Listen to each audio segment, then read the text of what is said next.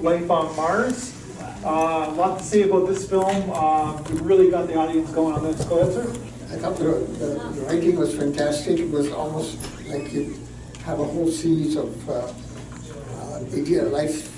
life sayings that you could follow every day. And he just took them and put them all together at different stages of his association with this lady, you know. I thought it was very well done. It's one a movie I would watch over and over again, just for the interaction between them, the dialogue that goes on between them at the different stages of their life. You know, when they first meet and when they're quite young, and then as they get older and older, they still have a lot of conversations about life. You know.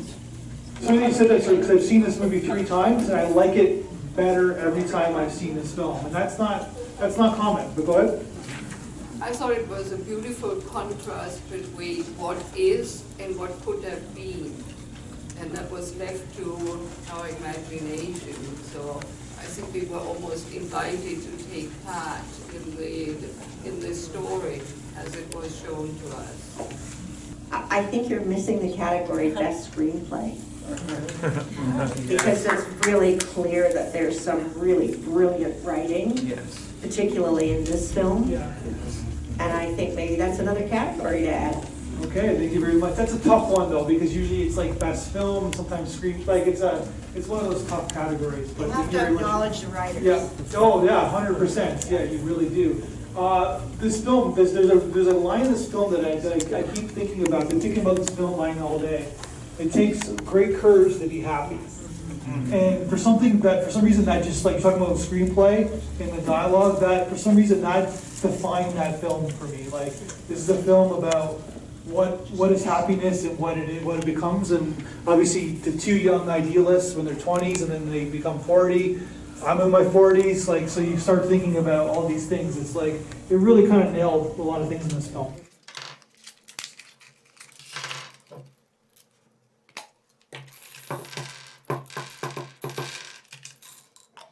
They did something here that's almost impossible to do, and that is they made a subtitled film that made us laugh.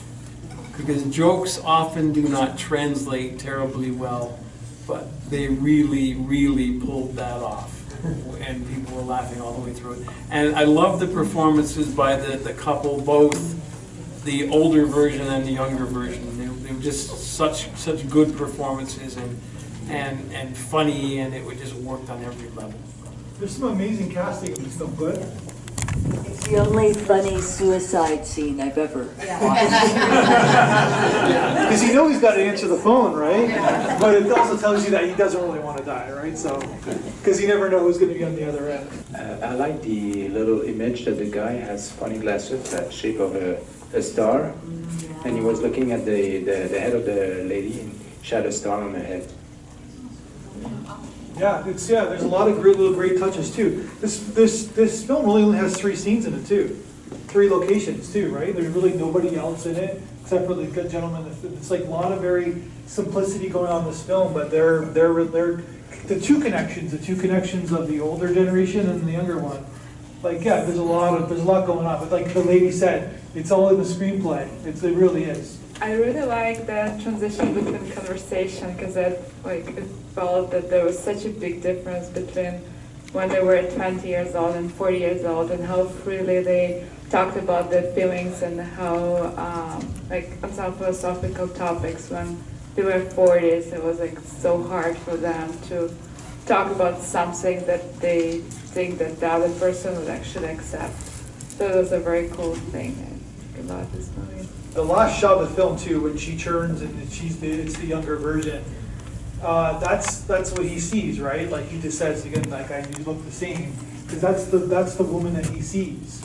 And it's also exciting. It's the thing where like you can't go back. Like anybody tried to like go back to your relationship from 20 years ago, never works out. And it's because you have an idealized version of what happened then, and all of a sudden it's sort of like then you meet the person. It's like, oh my god. And it's like, but he knows that too. He knows that he can't go back. It's like that time is is spent, and she kind of knows that too. And it's sort of sad, and well, it's very sad because they miss something. They missed happiness, but they can't try to recreate it. It's over. Happiness is, the ship has sailed.